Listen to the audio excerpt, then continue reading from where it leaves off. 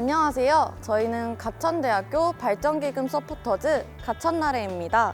저는 이번 첫 기부자 인터뷰를 맡게 된 글로벌 경영학과 19학번 이가민입니다.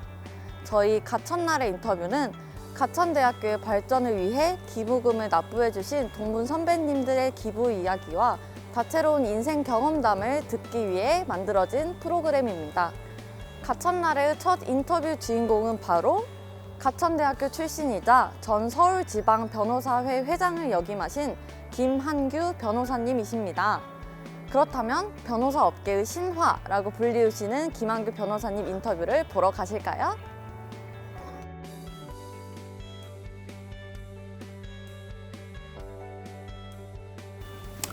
안녕하세요. 저는 90학번 법학과 졸업생인 김한규입니다.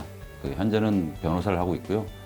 법조인이 된 지 한 17년 되고 있고, 열심히 변호사로서 다 역할을 하려고 최선을 다하고 있는데, 후배들에게 좀 모범이 되는 선배로서 어떻게 해야 될지 항상 고민하고 그러고 있습니다. 저희 인터뷰를 제안을 받게 되셨을 때 기분이 어떠셨을지 궁금해요. 일단 영광이죠. 왜냐하면 우리 사실 동문들 중에서, 졸업생들 중에서 저보다 훨씬 사회에서 제 역할을 다 하고 있고, 훨씬 뛰어난 동문들도 많고 선배님들도 많고 후배님들 많은데, 제가 1호가 됐다. 아마도 제가 제일 한가해서 연락이 좀 쉬워서 1호가 된 거 아닌가, 이렇게 생각하고 있습니다. 대학에 입학하기 전에 변호사라는 생각은 한 적이 별로 없고요. 법학과에 이제 우리 학교에 그 당시에는 전기대학교, 후기대학이 있었어요. 근데 우리 학교가 후기대학이었는데 점수에 맞춰서 이제 오게 됐죠. 대학에 입학을 한 다음에 이제 처음으로 어떤 삶에 대한 고민을 하게 되었고, 더 구체적으로 말씀드리면 아무래도 20대 초반이었으니까 제가 생각하고 있는 것들, 그리고 제가 어떤 게 올바른 것이다, 아주 유치하게 말씀드리면 어떤 게 정의인가, 이런 거에 대해서 많은 고민을 했는데, 제가 말을 하고 제가 행동하는 것에 대해서 사람들이 더 나아가서는 우리 사회가, 사실 20대 초반에는 어떤 그런 많은 꿈들, 많은 환상을 가지잖아요. 어떻게 하면 받아들일 수 있을까, 사회라든가 많은 사람들이. 근데 사실은 그 당시에 이제 경원대였죠. 개교한 지 얼마 되지 않은 학교였는데, 그 당시에는 널리 알려지지 않았죠.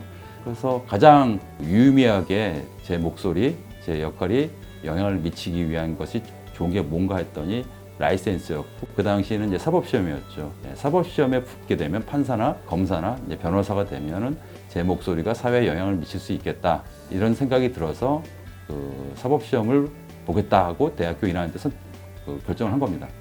계기는 여러 가지가 있는데요. 일단은 그 당시 서울변호사회 회장이 되려면은 서울변호사회 소속 변호사들의 투표로 당선이 되거든요. 서울변호사회 소속 변호사들 숫자가 대한민국 변호사들의 한 75%가 서울에 있어요. 그 당시에 이 변호사들로부터 투표를 받아야, 선택을 받아야 되는데, 우리 가천대 출신은 이제 저 혼자니까, 동문은 한 명도 없지 않습니까? 그리고 또 한편으로는 서울변호사회 회장이 역사상 서울법대 출신이 아닌 사람이 한 2명밖에 없어요. 2명도 고대 출신이에요. 그러니까 그 외 대학 출신들은 아예 출마를 못해요. 왜냐하면 동문들이 별로 없으니까. 그래서 이런 한계를 한번 뚫어보겠다. 그래서 저는 당선도 당선이 있지만, 출마 자체 하게 되면 언론에 기사화 되니까, 출마 자체도 가천대 출신이 이제 서울변호사 회장 출마했다, 이것도 상당히 의미가 있었고요. 그 당시 또 커다란 사회적 이슈가 됐던 게, 제가 출마할 당시에 사법시험 존치 문제도 굉장히 큰 이슈였거든요. 그래서 저는 사법시험 존치를 하겠다는 걸 공약을 또 내세웠고, 또 사법개혁이라든가, 또 저는 동문이 없으니까 법원, 검찰, 대형로펌에 인맥이 많지 않잖아요. 그러니까 자유롭게 변호사 업계라든가 법원, 검찰에 자유롭게 개혁을 외쳐도 저는 이해관계가 별로 연결고리가 없으니까 더 자유로웠다, 이런 생각들이 있어가지고 출마를 결심한 거죠. 변호사님은 현재 변호사이시면서 저희 학교 교수님이시기도 한데, 변호사님의 학창 시절이 어떠셨을지 궁금합니다. 아마 지금 여기 후배님들이랑은 아마 당연히 환경이라든가 어떤 그런 게 전혀 다르겠죠. 전 대학에 입학했을 때 가장 기억에 남는 게, 우리 학교가 아마 82학번인가 83학번부터 아마 시작됐을 거예요. 제가 대학 딱 입학했을 때 우리 학교 최초 졸업생들, 그분들이 4년을 계시는 거예요. 이 말을 거꾸로 얘기하면은 우리 동문들 졸업생 중에서 이제 사회 진출하신 분은 거의 전무한 상태죠. 이제 이분들한테 졸업해서 뭘 해야 되냐, 이런 거 물어보면 그분들도 아직 사회 생활을 아직 안 하셨기 때문에 뭐 그런 점도 있었고, 그리고 학교에 이제 일이 있어서 이제 종종 학교를 방문하게 되는데, 그때랑 지금이랑 환경이 다르죠. 제가 대학에 들어갔을 때 우리 학교의 건물이 지금도 공대 건물인지 모르겠지만 공대 건물도 없었고, 하나, 둘, 셋, 넷, 5개 있었나요? 도서관도 없었고, 그 다음에 기숙사는 당연히 없죠. 없었고, 도서관은 없어서 맨 어떤 건물 그 꼭대기층에 열람실 하나 있었어요. 뭐 그 상황이었죠. 그런 상황에서 이제 뭐 지금이랑은 그래서 전혀 환경이 달라서 어떻게 똑같은 등록금을 내고 있는데 지금 후배님들이 굉장히 부럽죠. 최근에 가천대학교가 최근 10년간 가장 발전한 대학으로 평가를 받고 있습니다. 변호사님께서도 이를 체감하시나요? 많이 체감하죠. 일단 사회 곳곳에서 이제 동무님들 그리고 후배님들을 우연히도 자주 접하게 되고요. 그만큼 우리 사회에서 다들 어느 분야든지 다 자기 역할을 다 하고 있고 어떤 중심축을 이루고 있다. 이건 되게 기특한 측면도 있고요. 뭐 언론에서도 굉장히 긍정적인 기사도 많이 나죠. 하나 뭐 에피소드를 말씀드리면 제가 검찰 15를 할 때인데 그때가 2006년, 5년이었나 6년이었나 검찰 15를 할 때인데 검찰 15를 하게 되면은 검사들 부장검사님한테 자기 소개를 하고 인사하는 시간이 있어요. 그래서 다들 그때 한 15가 한 6, 7명 있었나? 근데 자기 소개를 하는데 저도 이제 자기 소개를 했죠.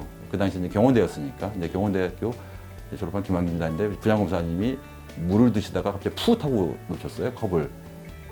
분위기가 되게 썰렁했죠. 한 2, 3초 정도. 그러더니 부장검사님이 저한테 사과를 했죠.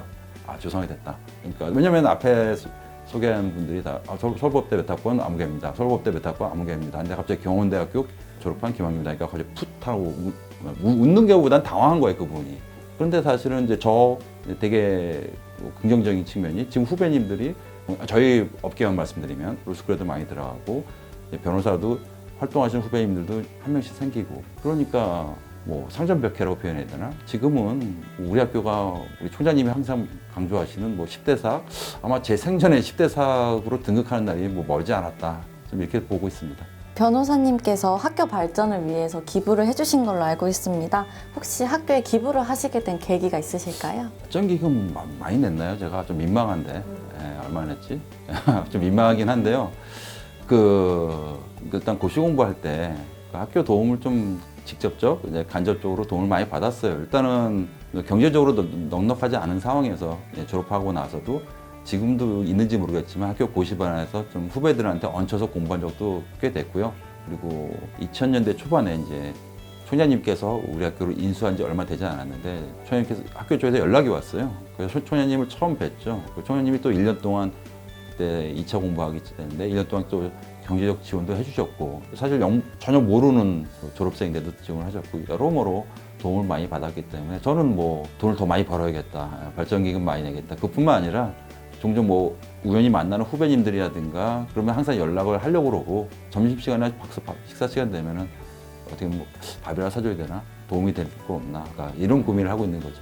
어떻게 보면 기부라는 게 진짜 쉬운 일이 아닌데 저희 학교 발전을 위해서 힘써주셔서 정말 감사드립니다.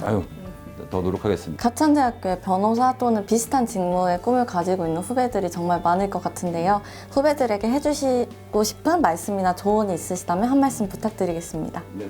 일단은 뭐 판사나 이제 검사나 변호사라는 직업이 이제 본인한테 잘 맞을지 이 부분에 대해서 확신이 들면 전혀 뭐 고민할 필요가 없습니다. 왜냐하면 일단 우리 학교의 위상이 굉장히 많이 올라갔고 더 높이 올라갈 것이고요. 그리고 로스쿨에도 열심히 하면은 로스쿨에 입학하는 것도 문제될 거 아니고 그리고 판사나 검사, 뭐 변호사 마찬가지 당연한 거고요.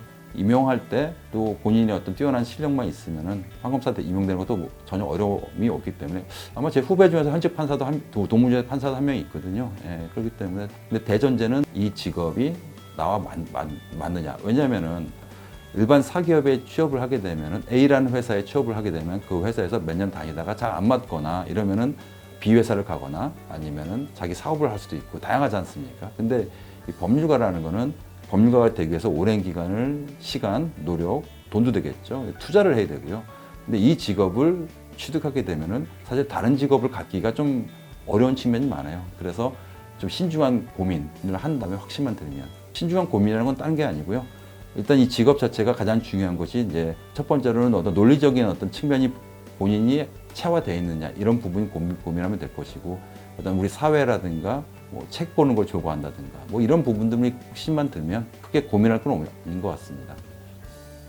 변호사님 귀중한 시간 내요 저희 모교의 후배들을 위해서 좋은 말씀 해주신 거 너무 감사드립니다. 저희 앞으로도 가천대학교의 발전에 함께 동행해주세요. 저희도 변호사님의 앞날을 응원하겠습니다. 네, 감사합니다.